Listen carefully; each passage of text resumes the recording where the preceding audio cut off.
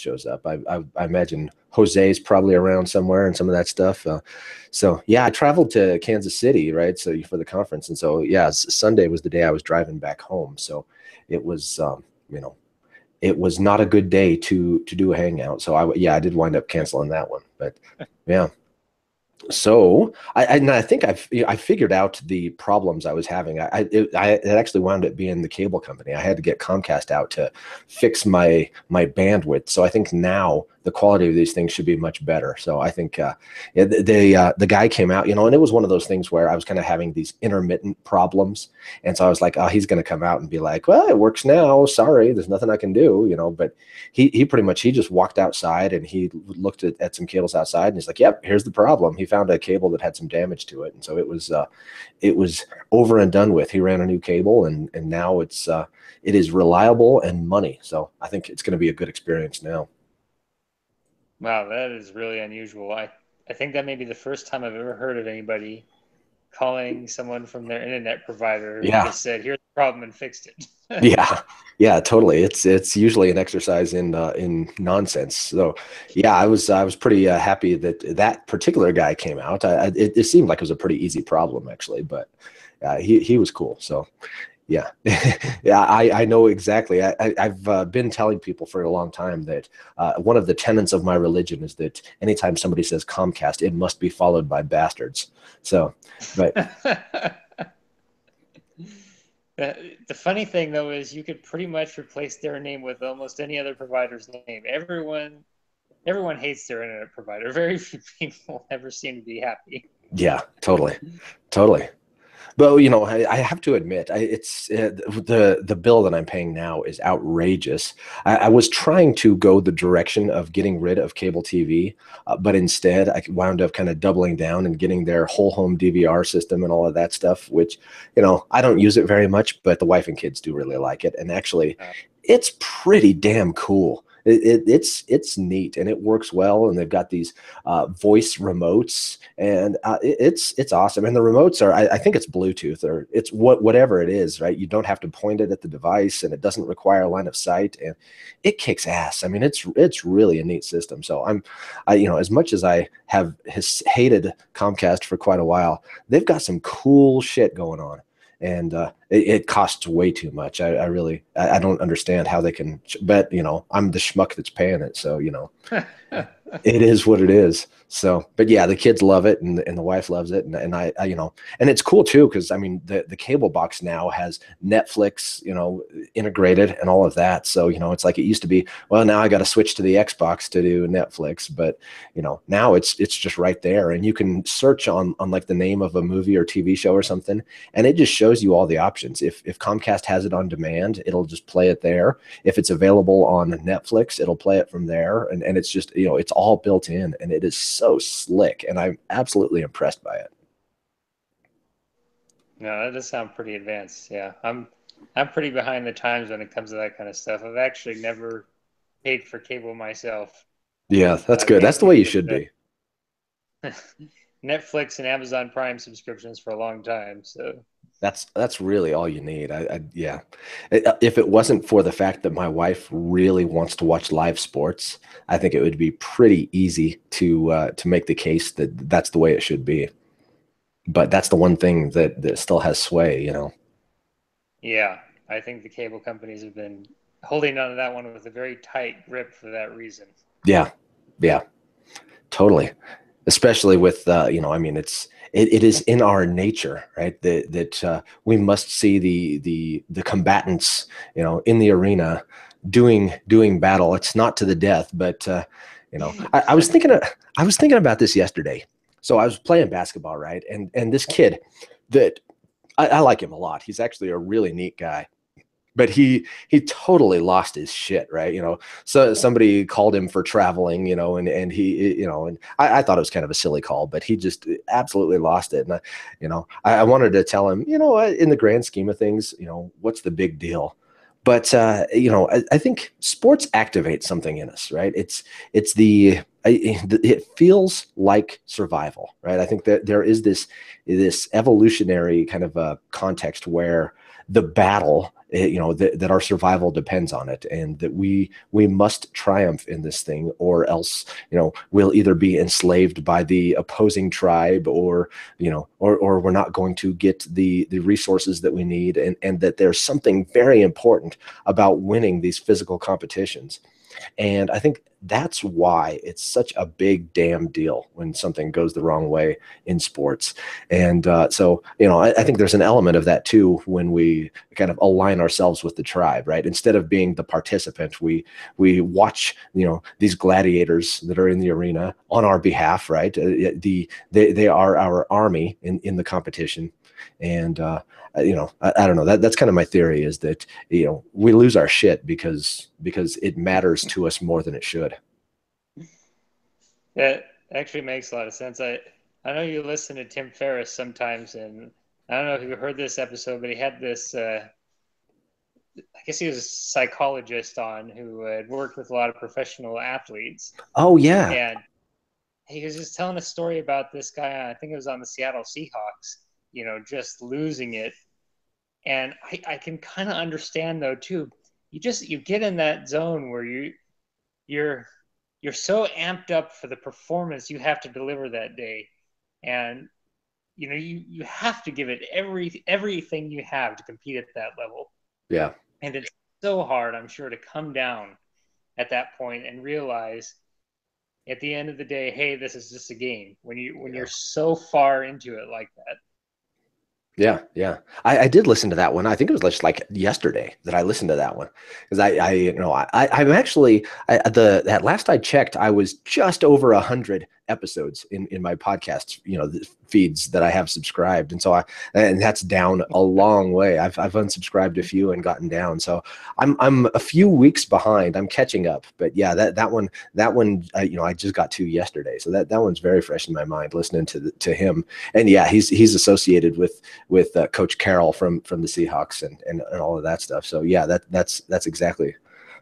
And that guy had some neat stories, not only Oh yeah. from, yeah, but being involved with a lot of different athletes, the fighters and all of that kind of stuff, and having it all kind of come down to some of the same psychological stuff, regardless of which sport it was. Absolutely. Yeah. So yeah, this connection is great. We're doing great now. I remember at first I was blaming it on you and your iPad, but it was me all along. But it's good. I've got it at full capacity too. It's, the quality is cranked all the way up, and we're money now. So yeah, this is much better. I love it. That's definitely looking pretty smooth on my end too. So Yeah. Cool. So what else is new with you? uh yeah, it's not a lot, a lot of the same stuff, working and stuff. But my boss is actually on paternity leave right now. So, and prior to him doing that, we actually had lost one developer on our team. So when I started there, we had five, including him. I mean, he's not fully dedicated to development work, but he still does some. And now with him gone and the other person having quit, we have three. Oh man. Yeah. So, and we lost one QA person as well that was on our team. Thus far, we don't Wow. have replacements for either. So Yeah. we Well, you had said this was definitely. kind of a much improved situation. You still liking it there?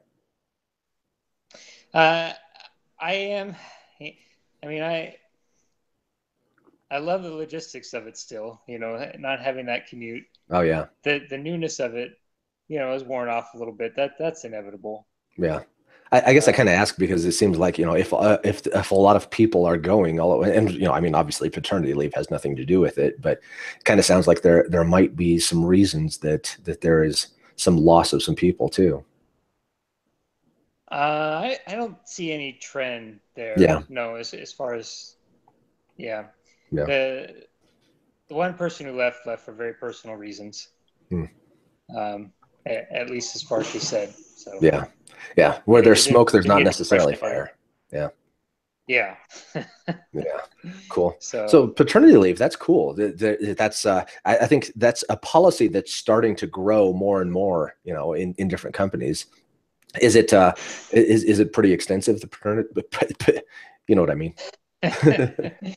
Well, it depends on how you define extensive. Yeah. Compared to places I've worked in the past, I would say yes, um, because I've never worked any place that provided paid paternity leave at all. Yeah.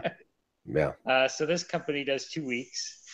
Um, but I've heard of other people and other companies getting as much as like 4 months, Yeah. which is just Yeah, GitHub crazy to has me. something like that. GitHub will, I mean, it is long. I don't know exactly what the policy is, but yeah, I talked to a guy that was about to take it, and it was yeah, it's very extensive, which is I mean, I think that's kind of the norm in European countries, especially Scandinavian countries, right? But um, it's interesting, and it's cool that that is emphasized by some companies, and it matters, right? I mean, it's important to be able to have that formative time with your kids and all of that stuff. So I think that's a neat trend that I hope things do go more that way, with more businesses kind of seeing that.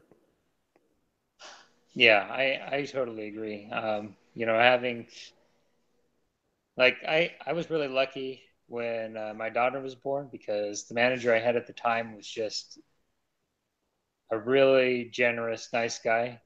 And while the company didn't provide any paternity leave, he allowed me to work from home for quite a bit Cool. afterward.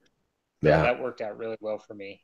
Yeah. Um, but when my son was born, I had like 4 days off and went back to work.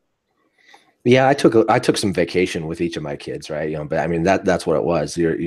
You take your paid time off and burn through it. Which, you know what? I mean, that's the agreement that you signed up for. I really don't fault anybody for that. I think that that companies will voluntarily agree to doing more is it speaks well of them. It's a really neat thing for them to do.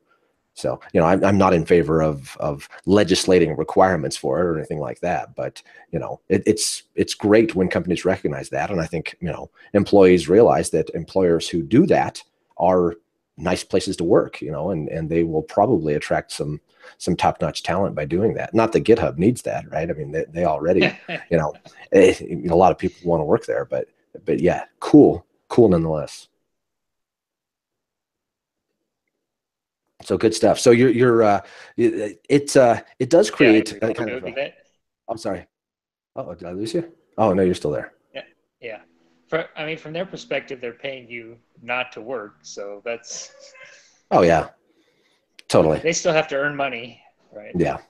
Yeah. Well, and I guess, more and more since tenures at employers are on the downswing, right? It seems like we work for shorter durations at places.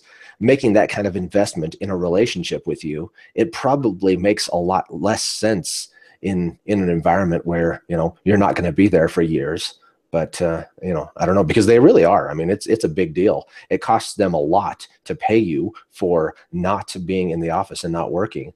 I mean, there's a balance, right? The more healthy and well-rounded and well-rested and all of that stuff you are, the better worker you're going to be when you are there. So I mean, there's that side of the investment, but ultimately, I think it's a relationship investment, which may pay off in the long run. It may not.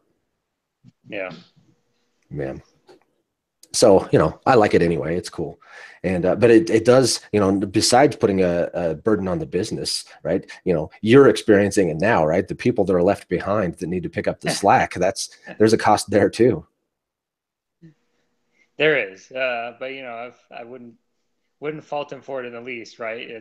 Of course. Yeah. It's also kind of a relationship thing, right? We're happy to step up when he's gone, and in the expecting that when it's our turn, he would do the same. Yeah, absolutely. Yeah. We pick each other up. We take care of what we need to. And yeah, good stuff. Well, that's cool. So he's going to be, is he coming right back after the 2 weeks that they're giving him? No, he's actually taking an additional 2 weeks of his own paid time off. So That's cool.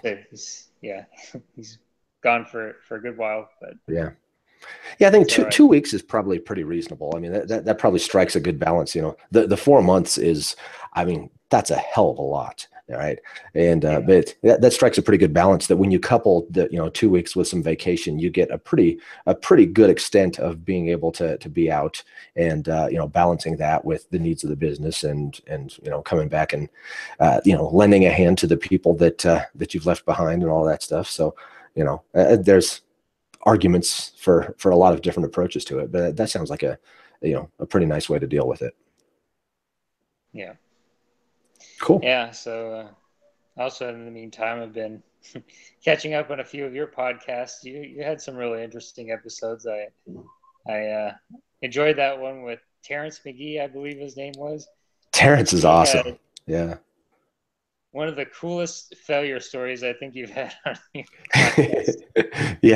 Yeah, definitely. He does not hold back. He tells it like it is, and that was I really appreciated him telling that story. That was totally cool. Yeah, and I mean so many lessons. Oh yeah, absolutely. I can completely understand his frustration and why he behaved the way he did in the moment. I've felt like doing that more than once myself, but also really respected the fact that he very much understood that there were better ways to approach it, in the aftermath. So absolutely, it was really, really interesting listening to hearing him talk about that. So. Totally. I had a feeling Brother Gonzalez would show up today. There he is. Yeah.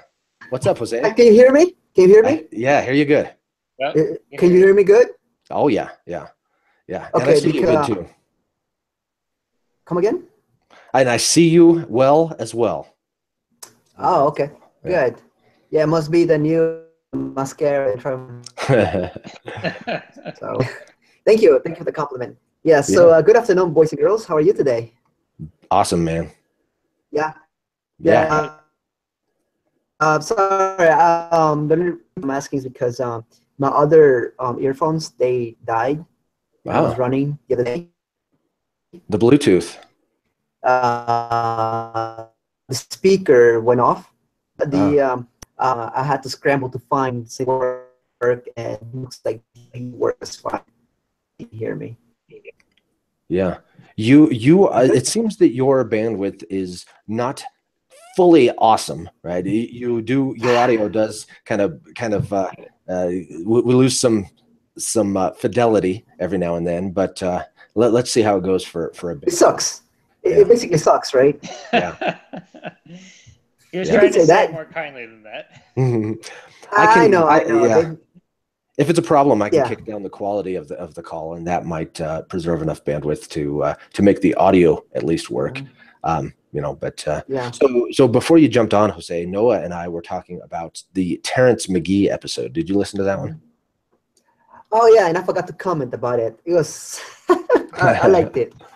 Yeah, he's great. So Noah was commenting about the failure story and the physical altercation, or the threat of a physical altercation, I guess it was, and some of that stuff, and just what a cool story it was, and the neat lessons to learn, and that that we can really, all of us, understand being having the desire to to want to lay somebody out because of the way that they're treating the people around them, and getting into those heated emotional situations. So that's the catch up on the context. So I think we can proceed from here. Let's all talk at once. No, I'm just joking. So, but yeah, I totally, Terrence was fantastic, and he's just a neat guy. He emailed me like a few days before we were going to record, and he was like, you know what, I wrote this blog post, and I said something about someone being a bitch in it, and it's gotten quite a bit of people saying negative things on Hacker News and stuff like that. And he's like, are you sure you really still want to do this? Do you want to have me on here? But so I didn't actually see what that was about, but apparently he was at the center of a controversy about that as well. Sorry, Dave, my connection does suck, and I just missed a good portion of what you said about someone being the B word. Damn it. I'm going to reduce quality here. Hopefully that will help. No, I think it's me. Yeah, It's it me. is. My routers have been giving me problems. Yeah. Yeah, so I told Noah before we before you got on here too that I had the cable company come out and they fixed my problems. So I'm in a pretty Okay. good situation now, and Noah and I have been flawless in the call so far. So actually, it wasn't flawless. There was one point where it kind of went dark, Yeah, it's me. but yeah, I think it certainly is. But basically, Terrence had said that he was at the center of a controversy. He'd used the term "bitch" to describe a woman in a blog post, and people were not very happy about that, understandably so. But at the same time, Terrence speaks the way he speaks, and it is culturally what he knows, right? And I'm not going to fault him for being who he is, right? But so he basically said, I'm a controversial figure now, and do you really still want to do this, and that kind of stuff, and which I thought was cool, the sensitivity that he showed toward, that I might get mixed up in something that might be negative for my brand and stuff like that. I think that was a pretty neat thing of him to do, regardless. And I told him, hell no, right? Let's still do this. You've got a story to tell. But anyway, Terrence is cool as hell is my takeaway from the whole thing. Yeah, I don't know. I think a lot of times the controversial people are more interesting to listen to anyway. Yeah, totally. They're usually controversial for a reason. Yeah. That whatever they did, right or wrong, is at least interesting. Yeah. Totally. I agree. And, as always, right, I think that if you find something offensive that somebody has done, rather than, oh, that guy's a dick, I hate that fucking bastard, or, let's go tell his employer that he needs to be fired, or whatever your reaction is to that, right? If instead we say, I don't like that, right? It might mean that that's somebody I don't want to deal with. Or maybe there's a way that I can understand better where they are coming from, and empathy goes all ways, right? I think everybody is deserving of at least some attempt to understand, and that's my position, and I think that is becoming a more and more minority position as more and more people are just polarized by things that are going on in the world. But you know what? People are all right if you give them a chance, is my take on just about everything. Yeah, I definitely agree with you. It's not fair to condemn someone without at least making an attempt to understand why they think or behave the way they do. Yeah. So, but it's very much human nature to do so. We all tend to do it at times. It's just a reaction that we have to things that we don't like. Yeah. I am going to publish tomorrow a good intentions interview that I did with this guy named Hunter Motz. Have you ever heard of him? No. He's actually I mentioned him on the Terrence McGee episode. He's on this podcast called Mixed Mental Arts. And we talked quite a bit about some of the evolutionary context and some of the neuroscience around and I mean, this guy is an encyclopedia of scientific knowledge and all of this stuff. And I think that he kind of suffers from some of the things that he preaches against, right? He calls people fundamentalists, right? Which I think is a great diagnosis of the problem, right? That you get entrenched in your view of what the problem is, and then everything that fits that problem is the thing that we have to fight against. And anybody who embodies a view that consistent with or not consistent with your view of fundamentalism is the enemy, right? And I think he kind of, I think he has correctly diagnosed that fundamentalism is the problem. And then the people that he thinks are fundamentalists, he kind of becomes fundamentalist against them, right?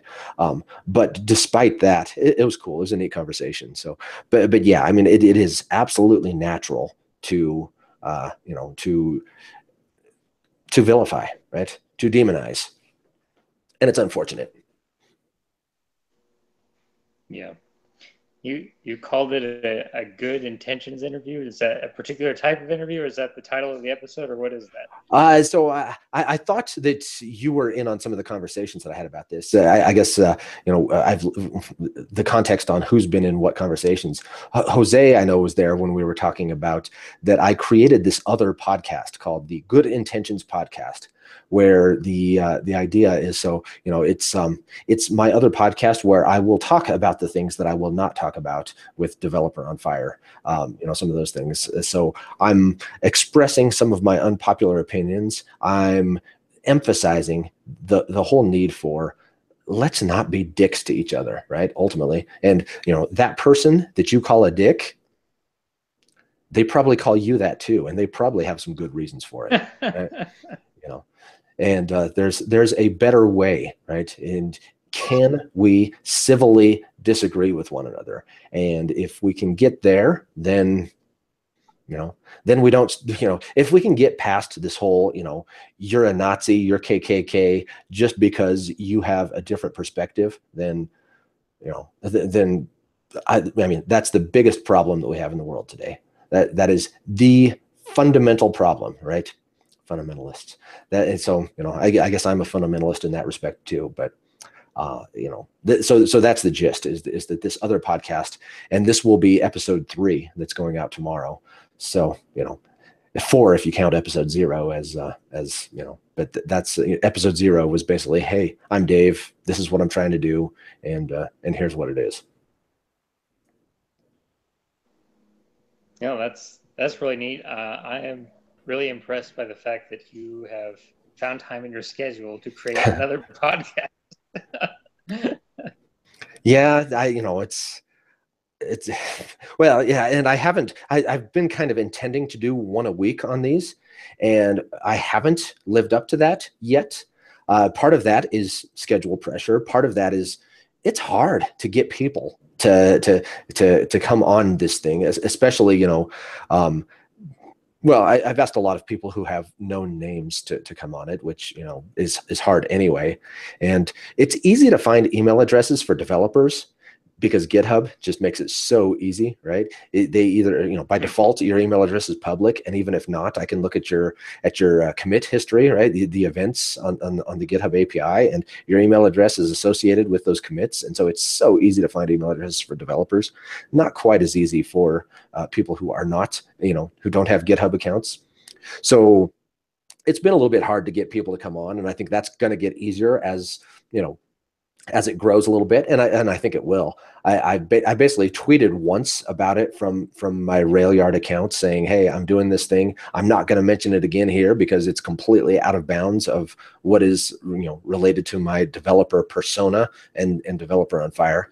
But here's this thing. So that's the thing. And I mean, it's another one of my punch fear in the face kind of a thing is what it's about, because I'm fucking terrified that when my opinions are known to people that I'm going to be, this James Damore guy, right, from Google, right? He expressed his opinion, and now he is Satan himself, right? And that's so. But I mean, somebody's got to do something about this. We've got to stop thinking that anybody who thinks outside of the, this podcast I listened to, this guy Tom Woods is his name. He has this thing where he talks about the 3x5 index card of allowable opinion. And if your opinion falls somewhere besides what's written on this card, then you have to be somewhere between Hillary Clinton and Mitt Romney, or else your opinion is completely unallowable. And I think that's beautifully said, the reality of the world today. Yeah, I see what you're saying. I totally understand your trepidation too. I mean, it seems very easy to just say one comment that seems on the face of it, in a lot of ways, almost benign, and just get eviscerated for it if the wrong people take it the wrong way. Yeah. Yeah. So I'm terrified of doing it, but I think, this is the biggest problem in the world today. There is nothing else, the just we are splitting into camps, and I mean, you already see it, this Charlottesville thing, right? Holy shit. Well, for one thing, to see people waving Nazi flags today, what the fuck are you thinking? What is going on there? And then, but it's not just them, right? It's, people wearing masks and carrying sticks and all this stuff. The holy shit, it just escalates, and driving cars into crowds. What the fuck is wrong with you people, right? Let's stop doing that kind of shit, please, right? The other guys on the other side, yes, there are a lot of reasons to have a problem with them, right? But shit, whether you're talking about guys with Nazi flags or guys with hammer and sickle flags, right? Either way, right? There are some serious problems to be had, but you exacerbate the problem by saying, because they are so screwy, it's okay to go and commit violent acts, right? So I don't know, fuck them all. But at the same time, understand them all. That sounds terrible. I'm sorry. Fuck them all is the wrong way I mean, that's exactly what I'm opposing here. That's the wrong statement. I shouldn't have said that. But like you said, Noah, it is completely natural. It is our instinct. Yeah, absolutely. I don't know what else to say to that. It's just, it is insanity. You're right about that. Yeah. Yeah. But what we're doing is not working, right? And who's we? It's I'm not going out there and fighting with people, but what's happening is not working, and there's got to be a better way. So, I not that I'm going to be the arbiter of everything reason, right? But at the same time, right? I mean, if Bill Gates and Paul Allen hadn't said, we're going to put a PC in every home, then, well, I guess it was probably inevitable anyway. Somebody would have done it. But fuck, somebody's got to do it, right? Somebody's got to take action and get the fuck out there. And so, I'm going to try. So that's all. That's about it there. It's a commendable and bold step. Yeah.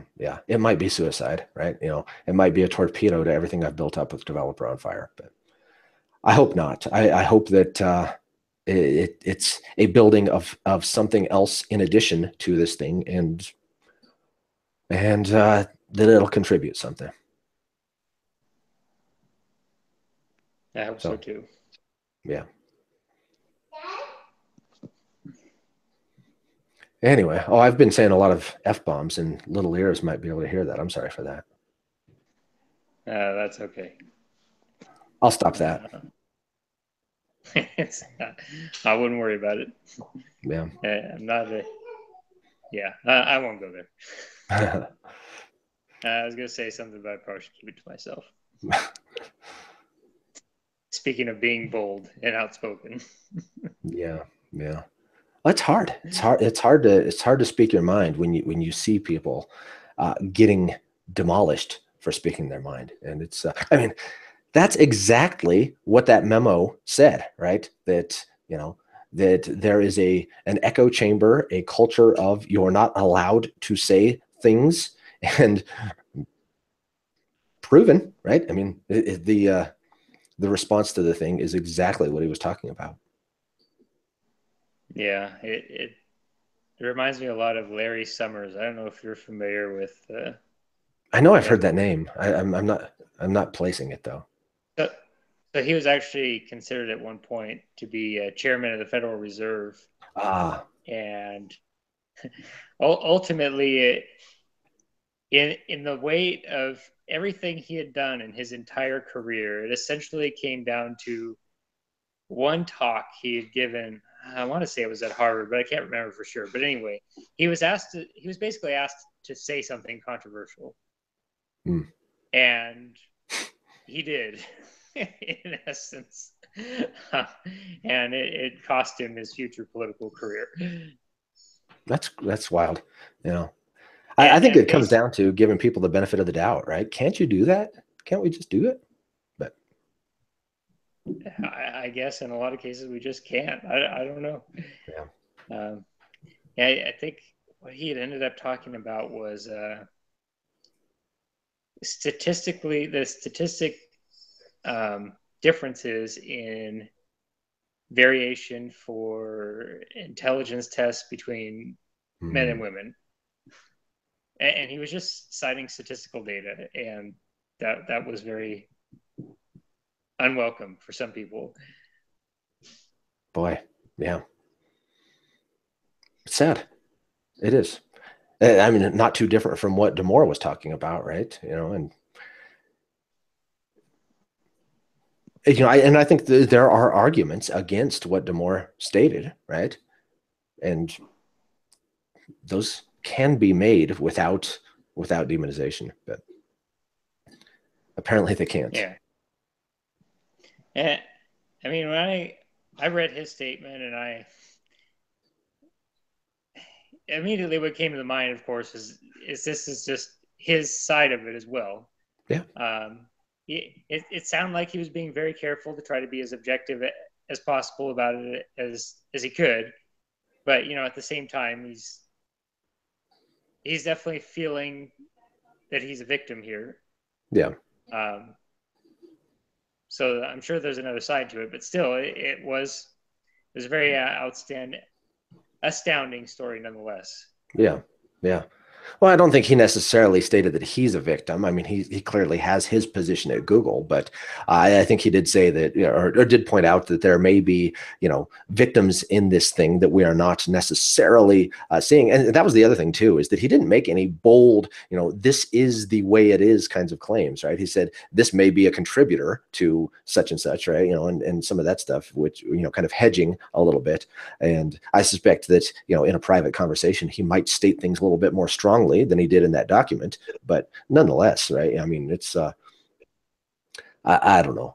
I just hate to see people vilified for things that you know, it could be argued, right? Why not just argue the damn thing?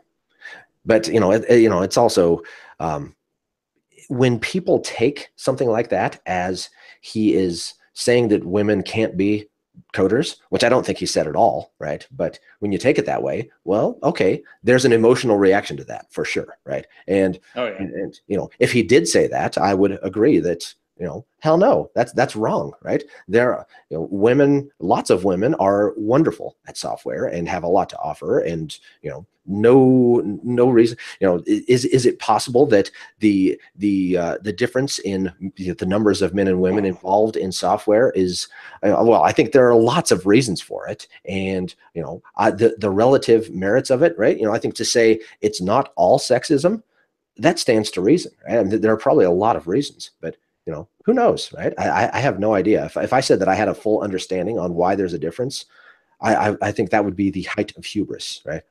There's so many things that I don't know, and it's so complex. There are many factors, and you know, what are the relative weights? Hell if I know. Yeah, I agree with you. It's definitely like most social issues, very complex. Exactly. Not easily described by one claim or idea. Yeah. Also, any claim you make about it is very difficult to substantiate as well. Yeah, totally. Yeah, it's really unknowable, right? You know, the degree of, you know, what contributes, and you know, so from a practical standpoint, right? What do you do in your daily life? Well, if I'm hiring somebody, right? You know, be aware that yes, I have unconscious biases, and I may favor one person over another for reasons that are not rational, right? Be aware of that. Try to take it into consideration. Understand that even when you try to take it into consideration, you're probably not fully taking that into consideration, right? There are things you don't know, but you know, do your best, right? You're going to try to you know, and ultimately, right? You know, I mean, hiring is a soft science, right? You know, and you know, I think to say that it is John Sonmez has said something like this, right? That it's more about making sure that the person likes you than it is about really proving your technical qualifications. And I mean, that's the nature of the beast with this human being thing that we're dealing with. So, it's, understand that you need to be liked in order to get a job. And you know what, is that necessarily wrong? Right? It's not at all, right? You have to, as an interviewer, you are trying to assess, is this person somebody that can work with the people that I've got around me? To say that should disadvantage women, well, that's wrong, right? It shouldn't disadvantage anyone, but you're going to make snap judgments because that's the kind of machine that you are, is one that makes snap judgments. And, if that works out to be to the detriment of women, well, let's try to build a culture that doesn't do that, as best we can, right? And maybe the diversity programs of Google are a good way of doing that. Maybe they're not. I don't know. It's a question worth asking to me. Yeah. Well, and that's kind of like I mentioned before. I don't think anyone has a good way to prove one way or the other whether they are. Yeah. Jose, you've been very quiet, man. Do we need to talk about something else that's a little less uncomfortable or more comfortable? No. I have also my thoughts on this whole situation. Yeah. But the thing that I've learned, right, is that sometimes it's just better to listen to what others have to say. Practicing some listening skills and biting my lip in a way. Not to mean agree with what you guys are talking about, right? But I do get into some exchanges with my wife about these topics that go on, right? And yeah, sometimes we get a little bit over that edge, but sometimes we find out that we still haven't killed each other is because we do agree unconsciously on some of those topics without even talking about them. So yeah, I mean, just to let Noah know, I forgot the name of the lady you had in your last Good Intentions podcast, Dave. The first one was Andrea Goulet, who has been on Developer on Fire. The second one, Christina Hoff Summers, the factual feminist, is her moniker. Yeah. And just my mind, every time I was listening to her, right, just blowing all over. And one of the things that stood out, without spoiling too much, Noah, as a man, right, that she reminded, right, that it's a misunderstanding of between males and females, right? And one of the concrete examples is very basic. Guys get along versus how girls get along. And the example that stood out like a sore thumb was how guys like to show affection to other guys. And that's basically through teasing, right? And I'm looking back and kind of thinking about all my good relationships that I had with other guys. And yeah, I mean, with my best buddy that we went to college and some high school, we used to tease that crap out of each other. We used to call each other names. We used to just, if you ever had a relationship like that with another guy, you know what I'm talking about. It's just that level that we can like tease the crap out of each other. But if somebody saw from the outside what's going on, they will think we're like, why the hell these guys haven't punched each other in the face yet? So that's what stood out with like a sore thumb. And then the other thing that she said was that unless a girl grew up with that type of environment, basically with other boys, whether brothers or cousins, it's hard for them to understand that little. That's how boys get along, because when they see it, that this is bad, this is teasing, this is harassment. This is I don't know, whatever, right? So it's really hard for them to understand that. Yeah. And I was talking to my wife about that briefly, and I think we came out to like a crux, right, of how she and I get along well together because we tease the crap out of each other. She will call me names, I'll call her names. I mean, since we were together, right? And that's what we found out. Like that's a cornerstone in our relationship, right? That we were able to get on with that step, right? With a lot of male cousins, and she doesn't hold back when she teases me. She doesn't hold back when she teases anyone. If you give her 1 inch, oh man, she will take a shot at you really, really fast. Not because she's trying to be like defensive or anything like that. It's because that's her upbringing, and she's fine being like that. That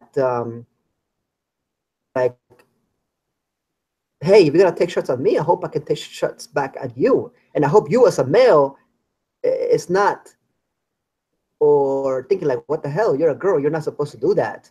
So it's very complex that you were saying, Noah, right?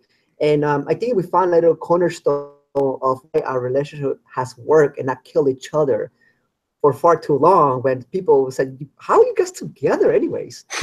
But is that when you find out why it works for you, it's because of that little thing you didn't know, and unconsciously things just work out of nowhere.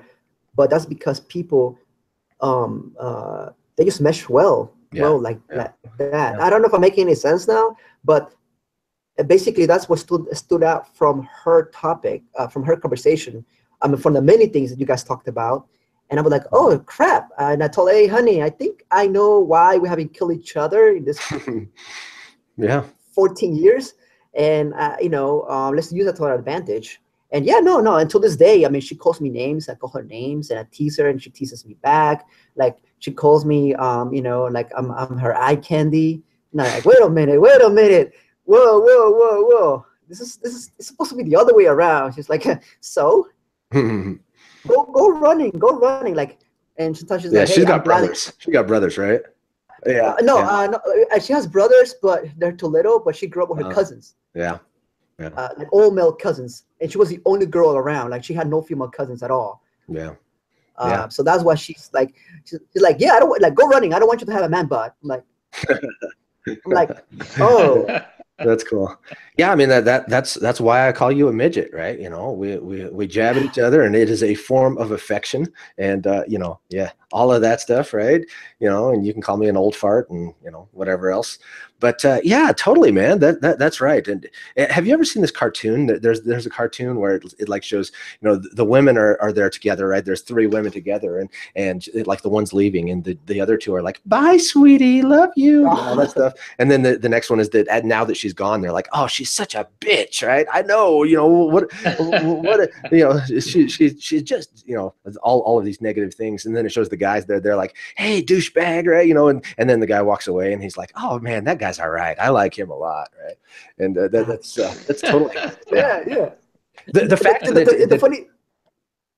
Go ahead. No, I just want to add that and I showed that to my to my wife. Like I said, I talk to her like this, like, hey, dude, come here. I gotta show you something. Just like that. So I don't change my lingo whenever I'm just anyway. I'm like, hey, come here. Dude, come here. I gotta show you something. You tell me because you're a girl and I'm not. So tell me this is right. She's like, yep. Now you know why I don't have a lot of female friends. Yeah. Totally. The fact that it is that having brothers will lead to more understanding of that.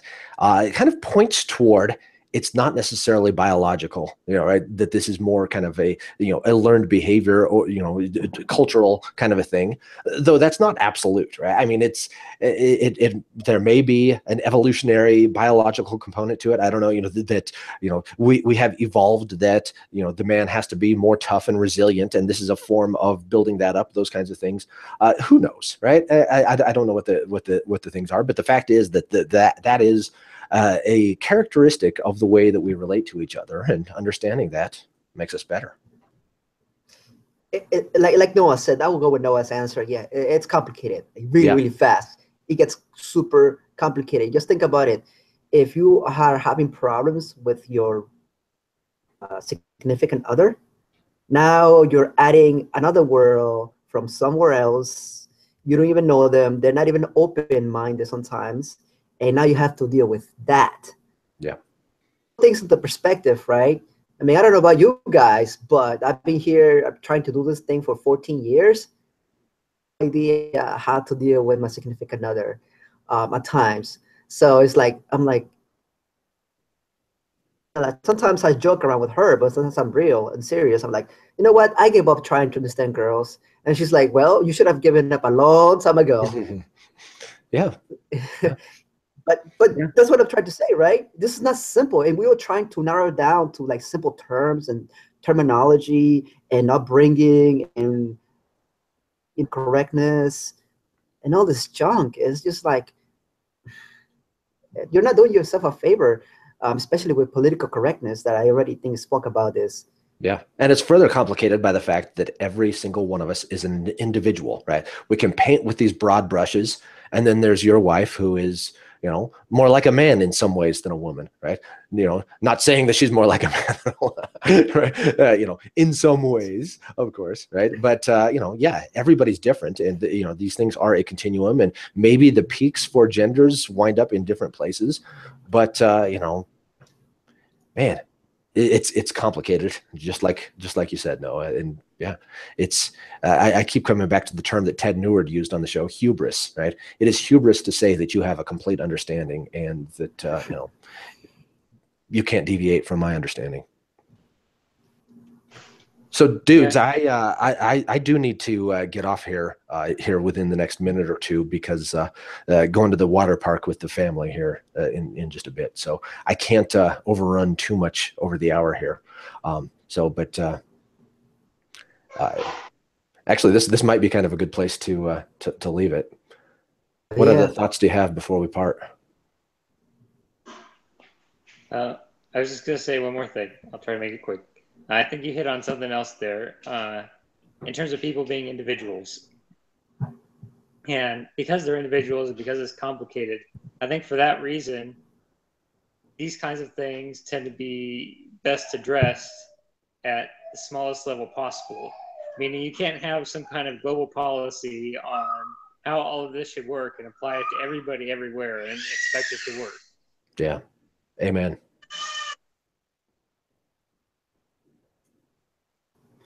My final words are, I'm hungry.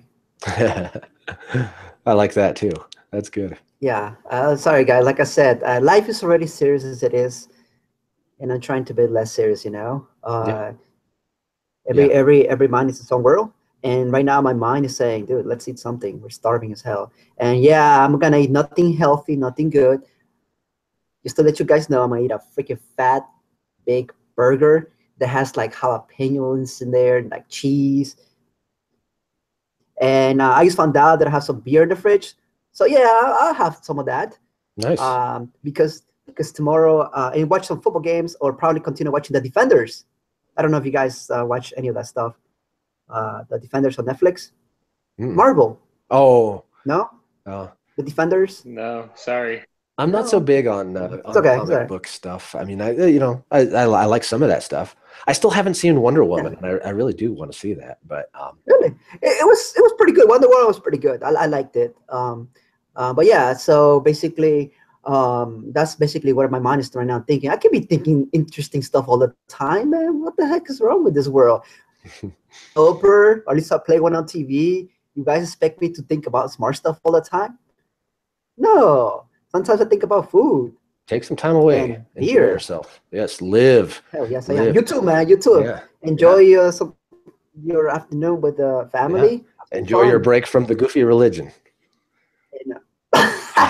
well, that's I'm gonna feel it tomorrow because tomorrow's my day to run. So I'm gonna see how I hate myself tomorrow morning when I go for my run. Are you guys watching the eclipse? I don't know if you guys are gonna get hit with the eclipse. Yeah, I think I'm in like a 96% range, you know, where I am. So I think that, you know, I'm going to be on site at my client. So I think there's going to be a pause during the day for something. I don't know what we're gonna do, but Something. yeah, yeah, Look up at the sky, dude. I heard it's gonna show up there. yeah, yeah. Just take a look. Right? You don't need those records. Okay, guys. Okay, Dave. I know you have to go. I don't want to hold you guys back. Interesting talk. I'll see you next week. Have a good one. Okay. All right, you two guys. Bye. All right, sounds good.